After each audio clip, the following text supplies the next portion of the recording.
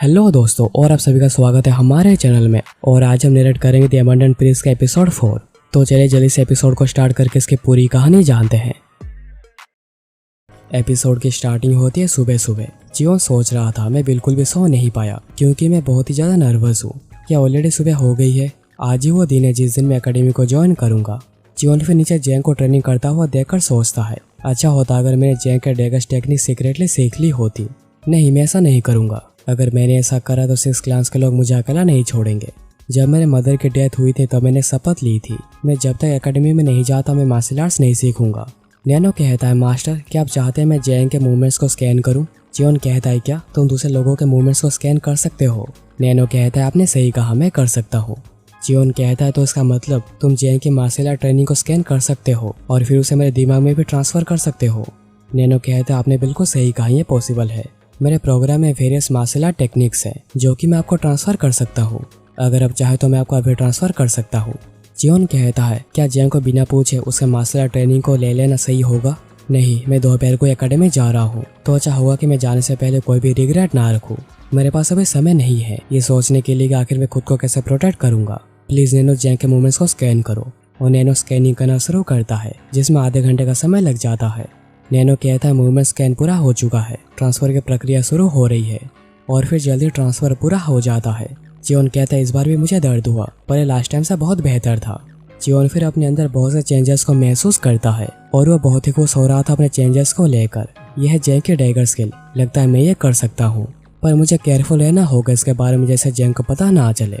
और जियोन खिड़की बंद करके प्रैक्टिस करता है और वो रिजल्ट्स देखकर पूरा ही चौंक गया था। ये एग्जैक्टली सेम है जो कि जैंग ने 20 सालों में सीखी थी। हर दिन ट्रेनिंग करना, अपने पोस्चर्स को ठीक करना और अपने शरीर के हिसाब से इसे मास्टर करना। क्या मुझे ये अलाउ नहीं करता सारे प्रोसेस को इग्नोर करके इसे मास्टर करने में? नैनो कहता है, जब मूवमेंट स्कैन हो रही थी तब मसल एनालिसिस भी पूरा हो चुका था। क्या आप इसे अपने मसल में ट्रांसफर करना चाहेंगे?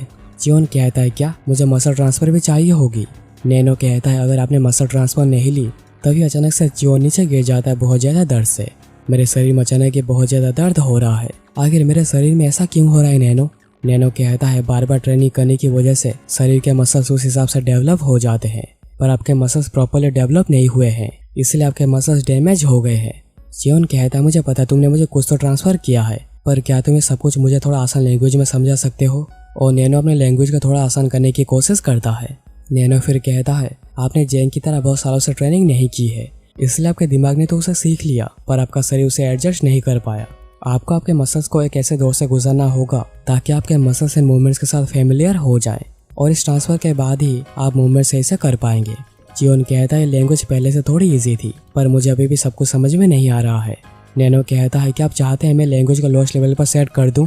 जियोन कहता है, मैंने कहा मुझे थोड़ी बहुत समझ में नहीं आ रही है इसलिए ये सब कहकर ये दिखाने की कोशिश मत करो कि मैं बिल्कुल ही बेवकूफ़ हूँ। जियोन फिर कहता है, अगर मैंने इस मसल ट्रांसफर को एक्सेप्ट कर लिया तो मुझे और ऐसा दर्द नहीं होगा, है ना? नैनो कहता, आपने सही कहा। क्या आप ट्रांसफर को शुरू करना चाहते हैं? पर इस ट्रांसफर में आपके शरीर में जितने भी नैनो मशीन हैं उन सभी का इस्तेमाल होगा जो कि कुछ घंटों तक चलेगा। जियोन कहता है, अगर मैं 1 घंटे में सबको यूज करना पूरा ही सीख जाऊंगा तो इसके बाद भी मेरे पास और भी समय बचा होगा। ठीक है नैनो, इसे शुरू करो। नैनो कहता है, इस ट्रांसफर में आपको बहुत ही ज्यादा दर्द होगा इसलिए आपके समय के दौरान एनेस्थेसिया के अंडर रखा जाएगा।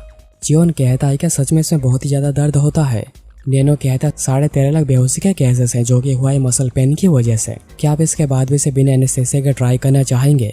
जियोन कहता है कि अगर मैं इसे हैंडल नहीं कर पाता तो क्या तुम मुझे तुरंत एनेस्थेसिया मोड में ट्रांसफर कर सकते हो? नैनो कहता है, ठीक है, और फिर ट्रांसफर शुरू होती है। जियोन कहता है, आखिर ये क्या है, मुझे तो बस गुदगुदी हो रही है। पर तभी इतना पेन होता है कि जियोन बेहोश हो जाता है और नैनो उसे जल्दी एनेस्थेसिया के अंदर डाल देता है। उसके बाद हमें जैंग को दिखाया जाता है जो कि ब्रेकफास्ट तैयार कर रहा था। ये तो काफ़ी टेस्टी बना है पर क्या आज मुझे कुछ स्पेशल बनाना चाहिए? नहीं, मैं सिंपल मील ही तैयार करता हूँ जो कि प्रिंस को पसंद आएगा। 5 साल हो गए मुझे कुकिंग सीखे हुए। तभी हमें पास्ट का एक्शन दिखाया जाता है जब जियोन की मम डेथ बेड पर थी और वो जैंग को कह रही थी जियोन का ध्यान रखने को। जियोन कहता है, उनके डेथ को 5 साल हो गए हैं। लेडी हुआ की डेथ हुई थी पॉइजनस फूड की वजह से। आज प्रिंस एकेडमी में जाएंगे। लेडी हुआ, अब प्रिंस को बचा के रखना ताकि वो सरवाइव कर पाए और उन्हें नेक्स्ट मील नसीब हो। तभी जैंग को याद आता है उसने तो जियोन को जगाया ही नहीं है इसलिए जैंग जल्दी से भागकर ऊपर जाता है जियोन को बुलाने पर वो देखता है कि जियोन तो नीचे पड़ा हुआ है। जैंग जल्दी से जाकर उसके पर्स को चेक करता है। पल्स के हिसाब से तो उन्हें कुछ भी नहीं हुआ है। पर वो आखिर ऐसा क्या कर रहे थे जो कि यहाँ पर सो रहे हैं। तभी जैंग की नज़र फ्लोर में पड़े हुए फुटस्टेप्स पर पड़ती है। जैंग फिर कहता है प्रिंस जो ने मुझे 2 सालों से ट्रेनिंग करता हुआ देखा है और वो अभी से मेरे 20 साल का ट्रेनिंग के लेवल तक पहुंच चुके हैं। ये सब बिलीव कर पाना बहुत ही मुश्किल है, पर जो भी है बहुत ही अच्छा है। और ये एपिसोड यहीं पर ही खत्म हो जाती है। तो दोस्तों ये था आज का एपिसोड। कमेंट करके बताना कि तुम्हें एपिसोड और मेरी नरेशन कैसी लगी। और अगर तुम्हें मेरे एफर्ट्स पसंद आए तो वीडियो को लाइक जरूर करना। और अगर ऐसे एपिसोड्स को मिस करना नहीं चाहते तो चैनल को सब्सक्राइब करके बेल आइकन को ऑल पे सेट कर देना। तो चलो मिलते हैं अगले वीडियो में, तब तक के लिए bye. Even when you feel low, you can still go. Even when you feel slow, you can still go. Even when there's no hope, you can still go. I never answer to no, man, I still go. Go, go, go, go.